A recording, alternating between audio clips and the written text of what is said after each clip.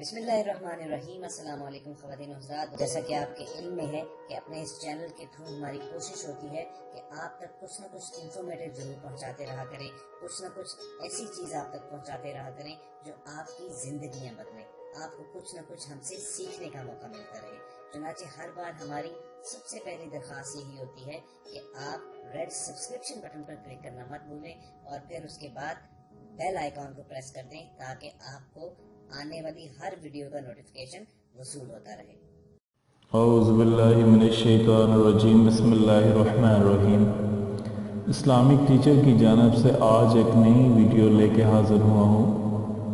آج جس ٹاپک میں میں بات کرنا چاہ رہا ہوں بہت اہمیت کے حامل ہے۔ رمضان المبارک کی بھی آمد ہے۔ اپریل کا مہینہ جاری ہے اور اگلے ماہ کے آخر میں مئی کے آخر میں اللہ پاک نے رمضان المبارک کا مقدس مہینہ نازل فرمایا ہے۔ رمضان کا مقدس مہینہ اپنے اندر لامحدود انگنت رحمتیں سموئے ہوئے ہے۔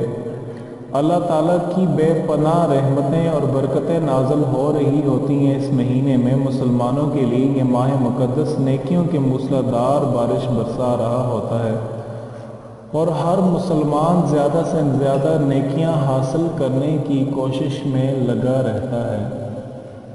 اللہ پاک سے دعا ہے اللہ پاک یہ ماہ مقدس ہماری زندگیوں میں ضرور لے کے آئے۔ قرآن کریم میں بھی اللہ پاک نے ارشاد فرمائے، ایمان والو ہر روزے فرض کر دیے گئے جس طرح تم سے پہلے لوگوں پر فرض کر دیے گئے تھے تاکہ تم پرہیزگار بن جاؤ۔ ماہ رمضان سے پہلے ایک چھوٹا سا عمل ہے جو میں آپ کو بتاتا چلوں۔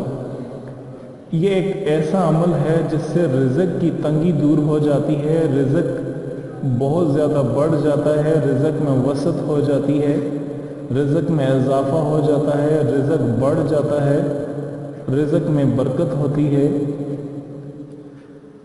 آج آپ کو ایک ایسا عمل بتا رہا ہوں جس کو کرنے سے اللہ پاک آپ کے رزق میں اتنی بے پناہ برکت عطا فرما دیتے ہیں کہ آپ کے گھر میں جگہ بھی نہیں رہتی کہ یہ اسے رکھے کہاں سے۔ ایک چھوٹا سا عمل ہے جو میں نے آپ کو بتانا ہے۔ آپ نے اس نقش مبارک کو، یہ جو سامنے آپ نقش دیکھ رہے ہیں، اس نقش کو بالکل اسی صورت میں آپ نے سفید رنگ کے کپڑے پہ آپ نے لکھنا ہے۔ وہاں پر آپ نقش کو اسی طریقے سے لائن میں ڈرا کر کے آپ لکھ دیجئے گا۔ اس کے اوپر جو آیات لکھی ہوئی ہیں، ان اللہ یرزق من یشاء بغیر الحساب، یا اللہ یا رحمان یا رحیم یا مالک یا رازق یا قادر یا خالق، قل هو اللہ احد، یا رازق الحمدللہ یا رازق الحمدللہ یا رازق اللہ الصمد یا رازق، ان اللہ رازق۔ یہ آپ نے اسی طریقے سے نقش کے ساتھ اس چیز کو آپ نے لکھنا ہے۔ زبر زیر کی آپ نے تلفظ میں غلطی نہیں کرنی۔ اس طریقے سے لکھ کر کے یا اس چیز کو آپ پرنٹ کر کے آپ اپنے گھر میں لگا دیں، اور آپ نے اس کو جب آپ لگا دیں تو آپ نے ایک چھوٹا سا ورد ہے جو میں آپ کو بتا دیتا ہوں۔ رمضان المبارک سے پہلے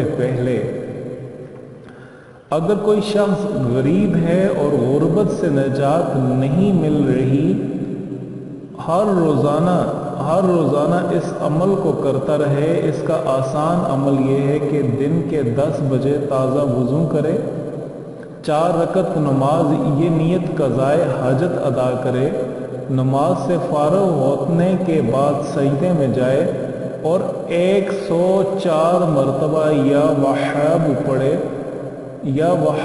پڑھے اور یہ عمل کرتا رہے۔ اس عمل کی برکت سے رمضان المبارک سے پہلے آپ بہت زیادہ مالدار ہو جائیں گے، غربت دور ہو جائے گی، رزق میں خوب برکت ہوگی۔